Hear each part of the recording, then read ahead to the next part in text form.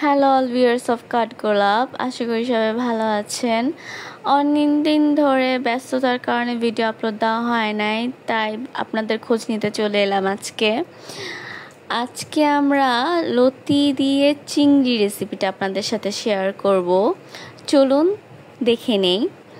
আপনারা কারা চিংড়ি দিয়ে লতির তরকারি খেয়ে থাকেন বা অনেকে লতি দিয়ে শুটকিও খেয়ে থাকে, আমরা আজকে চিংড়ি দিয়ে লতির রেসিপিটা আপনাদের দেখাবো।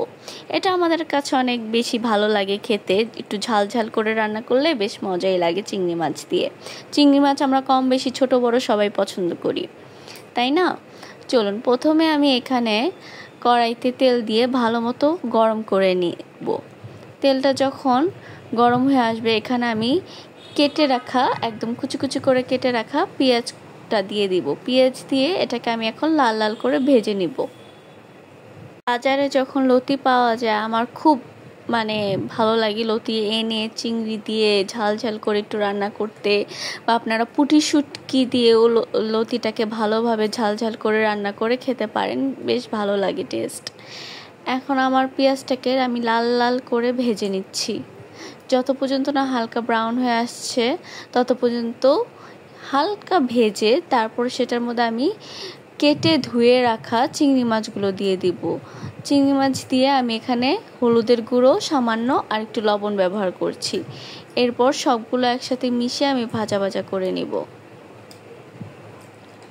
আমি এখানে চিংড়ি মাছটাকে পেঁয়াজ আর হলুদ লবণের সাথে ভালো মতো ভেজে নিচ্ছি।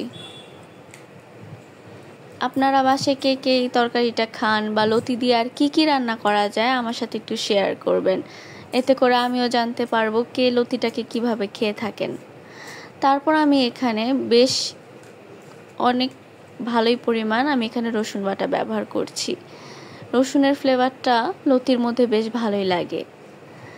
এখানে আমি এখন রসুন বাটাটা দেওয়ার পর চিংড়িটাকে ভালোভাবে এই মশলাটার সাথে আমি কষিয়ে নিব। আমার হলুদ একটু কম হয়েছে, তাই আমি এখানে আবার একটু হলুদের গুঁড়া ব্যবহার করছি সামান্য পরিমাণ, আর ঝালের জন্য মরিচের গুঁড়া দিচ্ছে। মরিচের গুঁড়াটা আপনারা পরিমাণ মতো এখানে ব্যবহার করবেন, কে কতটুকু ঝাল খান তার উপর নির্ভর করে। তারপর আমি মাছটাকে মশলার সাথে ভালোভাবে কষিয়ে নেব যত পর্যন্ত আমার তেল ছেড়ে দিচ্ছে। মাছটা যত ভুনবেন, তেলটা যত উপরে উঠবে, তরকারি তত বেশি টেস্ট হবে খেতে। মাছটাকে ভালোভাবে আমি কষিয়ে নিচ্ছি তেল ওঠা পর্যন্ত। আপনারা লতি দিয়ে আর কে কি খেয়ে থাকেন, অন্য কোনো মাছ বা শুটকি ছাড়া আর কীভাবে লতিটা খাওয়া যায় আমাকে প্লিজ কমেন্ট বক্সে জানাবেন। নেক্সট টাইম আমি সেটা ট্রাই করে দেখব। এখন আমার তেল ওঠার পরে আমি এখানে পানি দিয়ে দিলাম। পানি দেওয়ার পর আমার ছোট ছোট করে কেটে রাখা, লম্বা ডাইসে কেটে রাখা লতিগুলো আমি ধুয়ে নিয়েছি ভালোভাবে কেটে, তারপর আমি এখানে দিয়ে দিচ্ছি। লতিগুলো দিয়ে দিচ্ছি সবগুলো লতি দিয়ে এবার লতিটাকে আমি মাছের সাথে মশলার সাথে ভালোভাবে কষিয়ে নিতে হবে। সারাদিনের কাজের ব্যস্ততায় বাইরে বাসায় কাজের চাপে হয়তো আপনাদের ঠিকভাবে খোঁজ নেওয়া হয় না। আপনারা কেমন আছেন, কিভাবে আপনাদের দিনকাল চলছে আমাকে কমেন্ট বক্সে জানাতে পারেন, আমি সবারটা রিপ্লাই দেওয়ার চেষ্টা করব। লতিটাকে এখন আমি ভালোভাবে কষিয়ে নেব যাতে লতিটা মশলার সাথে একবারে ভালোভাবে কষে ভিতরে যাতে মশলাটা ঢুকে। এখন আমি ঢেকে দিব।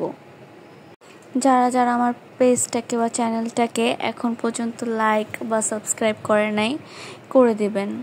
এখন আমি ঢাকনাটা খুলে দেখলাম আমার লতিটা ঠিক কতটুকু সিদ্ধ হয়েছে। এই পর্যায়ে আমি আবার ভালোভাবে কষিয়ে নেব।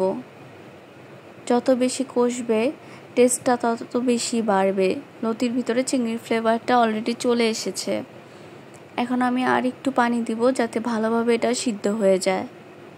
পরিমাণ মতো পানি দিয়ে এখানে আবার ভালোভাবে কষিয়ে নিতে হবে যাতে লতিগুলো সিদ্ধ হয়ে যায়। অনেকেই তরকারিতে ঝাল কম খান, আমরা একটু ঝালটা বেশি খাই, তাই আমরা মরিচের গুঁড়াটা একটু বেশি ব্যবহার করি। আপনারা আপনাদের পরিমাণ অনুযায়ী মরিচের গুঁড়া এখানে ব্যবহার করবেন। চাইলে মরিচের গুঁড়াটা কম দিয়ে কাঁচামরিচটা ব্যবহার করতে পারেন ঝালের জন্য। গরম ভাত দিয়ে এই লতির তরকারিটা খেতে কি যে মজা লাগে, অসম্ভব মজা লাগে। আমার কাছে তো গরম গরম ধোয়া ওঠা ভাত দিয়ে এই এক বাটি লতি আর চিংড়ি খেতে বেশ মজা লাগে। আপনারাও বাসায় ট্রাই করবেন।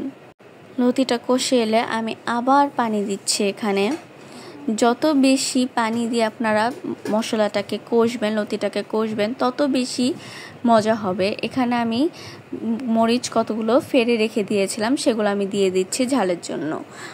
আমরা বলেছি আমরা ঝালটা একটু বেশি খাই, সেক্ষেত্রে আমরা কাঁচামরিচটাও এখানে একটু বেশি ব্যবহার করেছি, মরিচের গুঁড়াটাও ব্যবহার করেছি বেশি। আপনারা চাইলে কম বেশি বাড়িয়ে নেবেন। আজ এ পর্যন্তই। সুস্থ থাকুন, ভালো থাকুন।